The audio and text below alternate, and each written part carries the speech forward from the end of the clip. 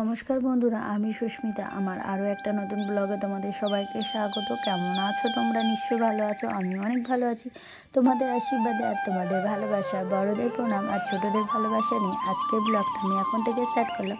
আর সবাইকে জানাই শুভ সকাল। আজকে ঘুম থেকে উঠতে অনেকটা লেট হয়ে গেছে। আর কালকে রাত্রে মাথায় একটু তেল দিয়েছিলাম। আর ওদিকে দেখো পুচকু কী করছে, সে ভোলে বাবা পার্কারে গাড়িয়ে জল ঢালে বাঁক তৈরি করেছে। তো তোমাদের দাদাভাইয়ের কাজের ওখান থেকে একটা গিয়ে নিয়ে এসছে। আর আমার ওড়নাগুলোকে বলো না। আর আমি মানে কি ওড়না কিনতে কিনতে পাগল হয়ে যাবার। এখানে ওই দেখো ও বালিশ নিয়ে এই করছে ওই করছে, ঘাঁটছে, লাস্টে বকুনি দিলাম, দিতে চলে গেল। দেখবে গোছানো জিনিস হ্যাঁ ঘাঁটলে বিরক্ত লাগে, কিন্তু আমি একদিকে আবার নিজেকে ভাবি যে ছোটোবেলায় তো আমরাও এরকমই করেছিলাম। তো কিছু করার নেই, এই ঘাঁটছে এই পরিষ্কার করতে হয়, এটাই আমাদের ডিউটি। আর সকাল থেকে রাত অবধি এই করতে করতেই আমাদের সারা দিনটা চলে যায়। আর এদিকে কালকে রাত্রে বাসন ছিল, তো সেগুলো নিয়ে বসে পড়েছি এখানে মাজার জন্য। তো বেশি বাসন নেই, অল্প কয়েকটা আছে। তো রাত্রে ভাত খাওয়া হয়েছিল কালকে। তো তোমাদের দাদাভাই তো কাজে গেছিলো আর রাত্রে ভাত খাওয়াছিল সেই জন্য। আর কদিন ধরে না শরীরটা আমার একদম ভালো যাচ্ছে না, কেন কি জানি। কোমরের যন্ত্রণা আর পায়ের যন্ত্রণা প্রচণ্ড শুরু হয়েছে। কোমরের যন্ত্রণা ভীষণ হচ্ছে।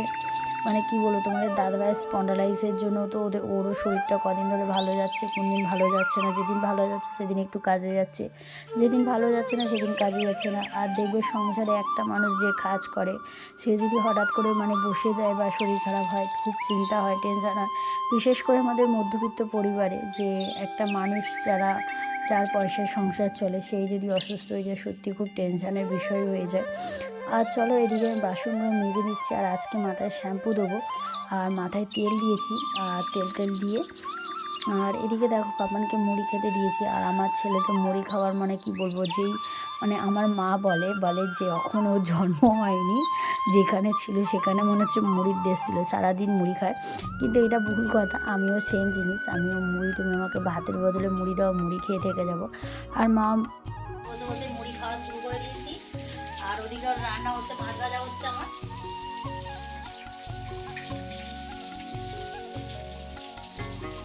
একটু মাংস তরকারি ছিল, ভাবলাম ওটা দিয়ে মুড়িটা খেয়ে নিই। কালকে একটু ডিমের তরকারি ছিল আর 2 পিস মাংস ছিল আগে, ওটা দিয়ে আমি খেয়ে নিই।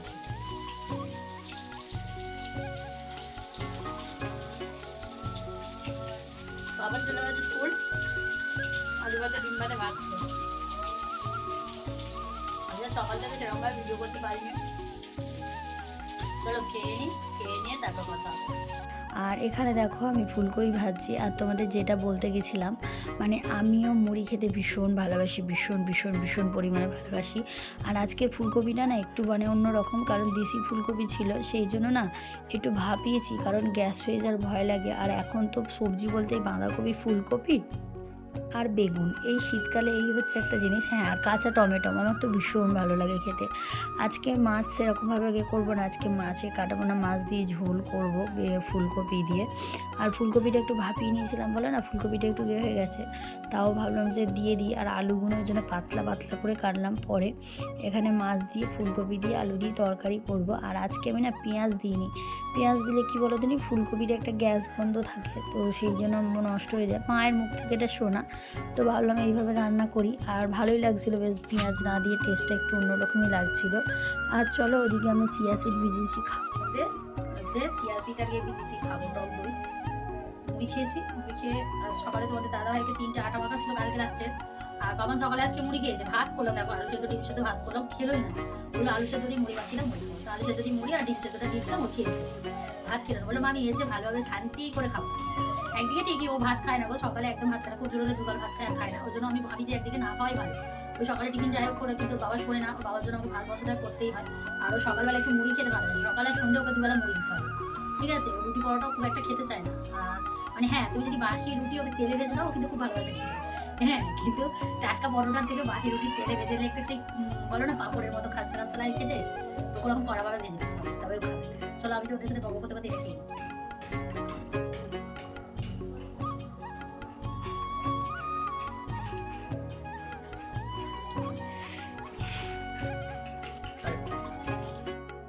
আর এদিকে দেখো আমি দরজাগুলো একটু মুছে নিচ্ছি, যেহেতু শীতের বেলা হয়ে গেছে, এখন কাজকর্ম খুব একটা মানে হয়ে উঠছে না। কেন তোমাদের বলি, কারণ পাপানকে সকাল থেকে ওকে সামলাতে সামলাতে এই দিনটা কেটে যায় আমার, সারা দিনটা।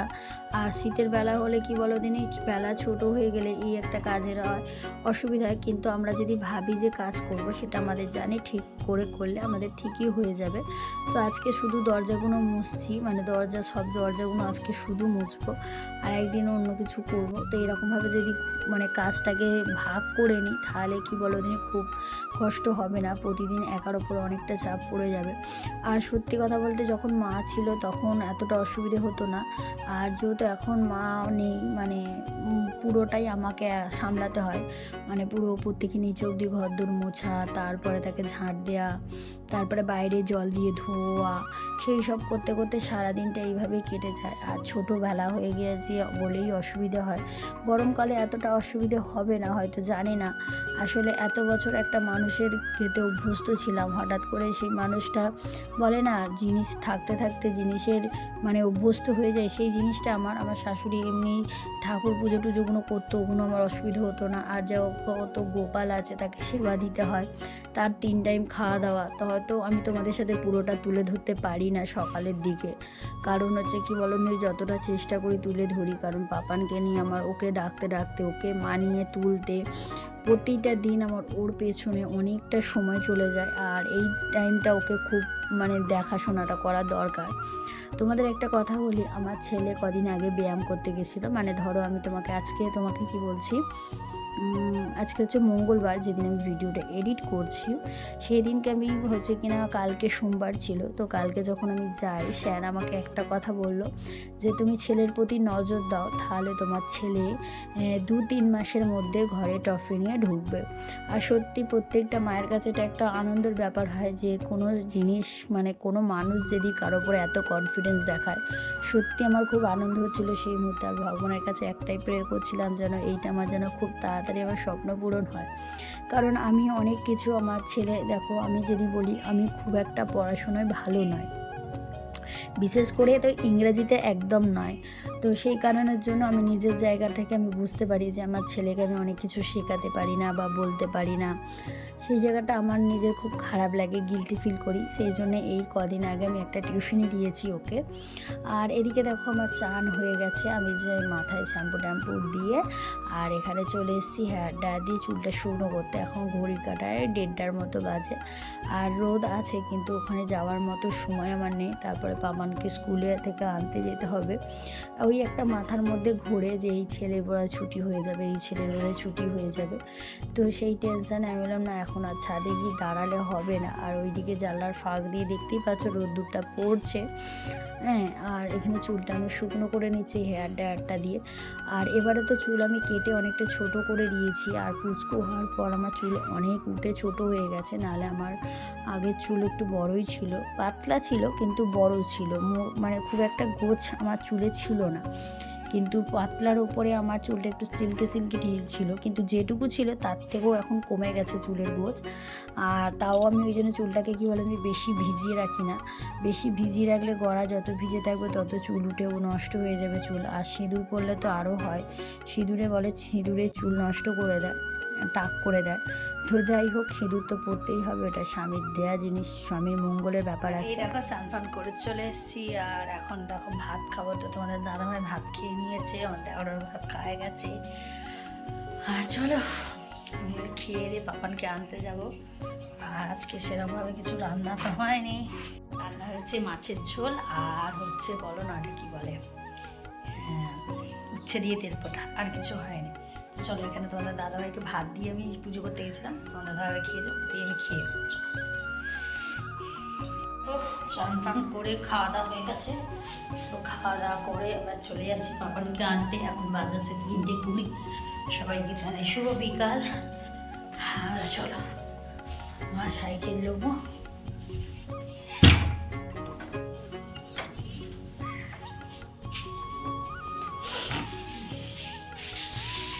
মাথায় আজকে শ্যাম্পু দিয়েছি, চুলে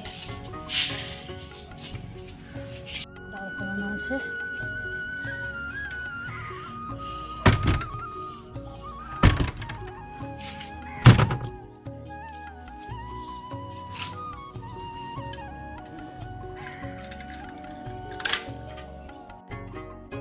দেখো এখানে কনককানন মাঠে এখানে পুচকু আরে সবাই খেলছে, এখানে অনেক বাচ্চা আছে খেলছে।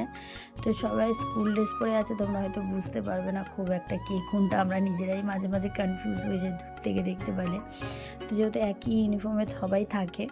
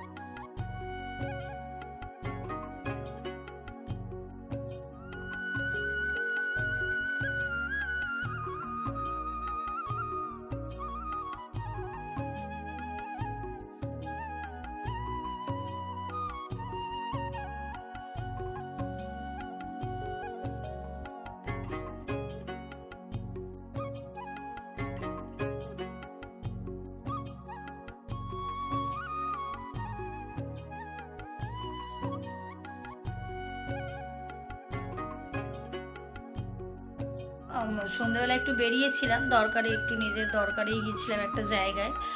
আর এখানে পাপান ঘুম মানে পড়ে টোরে এই উঠলো, উঠে টুটে আর পড়া হয়ে গেছে, মোট করে কমপ্লিট হয়ে গেছে। আর তোমাদের দাদা শুয়েছিল কম্বল নিয়ে। আর ওদিকে বাসন সব ধুলাম আর করলাম। এবার এই রান্নার দিকে যাব। আর এখন ঘড়ির কাটায় 9টা বাজতে যায়। তো চলো রান্নার দিকে তো যাবোই নিশ্চয়ই।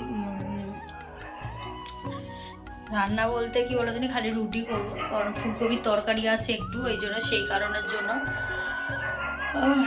রুটি করবো খালি। আর গা হাত পা এতই ঠান্ডায় না কি হয়েছে, তোমাদের দাদাভাইয়ের ঘাড়ে ব্যথা, আমার কোমরের যন্ত্রণা হচ্ছে, মানে কি বলবো তোমাদের, ভালো লাগছে না। চলো রুটি করবো খালি জাস্ট। আর ফুলকপির তরকারি আছে, একটু ডিম ভেজে দেবো, তোমাদের দাদাভাইকে পুচকুকে একটু ডিম ভেজে দেবো, হয়ে যাবে। আর এই বিছনাগুলো বইপত্রগুলো সব ঢোকায়, এদিক ওদিক করে সব গোছায়। আবার আজকে দেখো না ব্যাগের চেনটাকে খুলেছে, সন্ধ্যাবেলা গেলাম, আমার আর এটা মনে নেই। তো দেখি কালকে এবার চট করে সকালবেলা গিয়ে যদি ঠিক করে আনতে পারি তো ভালো, নাহলে এইরকমভাবেই নিয়ে যেতে হবে যাই করে। আর চলো আজকের মতো ভিডিওটা এখানেই শেষ করছি। ভিডিওটা কোথাও তোমাদের ভালো লাগলে অবশ্যই একটা লাইক কমেন্ট শেয়ার, আমার চ্যানেলটা সাবস্ক্রাইব করে পাশে থাকা বেল আইকনটা অবশ্যই বাজিয়ে দিও। সবাই ভালো থেকো, সুস্থ থেকো, দেখা হবে আবার একটা নতুন ব্লগের সাথে। তো চলো tata, bye bye, good night.